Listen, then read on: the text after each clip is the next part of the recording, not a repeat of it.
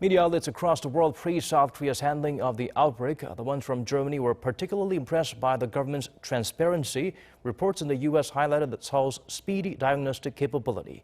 Jae-hee has more on the perspective from the outside looking in.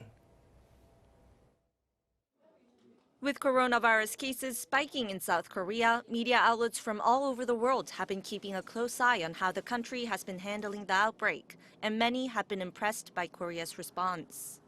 Media outlets in Germany have praised South Korea's transparency. Spiegel Online said the South Korean government is not only working to provide great quality medical care, but is also focusing on being as transparent as possible. It added that this kind of approach can give healthcare professionals around the world important clues about the new virus. And Frankfurter Rundschau Online compared how South Korea and China have responded to the outbreak. Citing an expert, it said the reason for the high number of reported infections in South Korea is because of the country's excellent diagnostic capabilities, free press, and democratic system.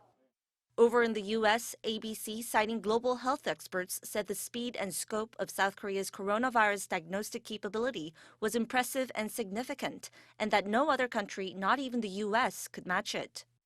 It also gave a detailed explanation of South Korea's drive-through centers, saying the operation effectively shortens testing time by having drivers get checked without having to leave their car, and medics not having to change their quarantine suits. The Washington Post reported that while South Korea had tested tens of thousands of people, the U.S. had only tested a few hundred people, and raised concerns that the small number of infections in the U.S. may be due to limited testing rather than the spread of the virus.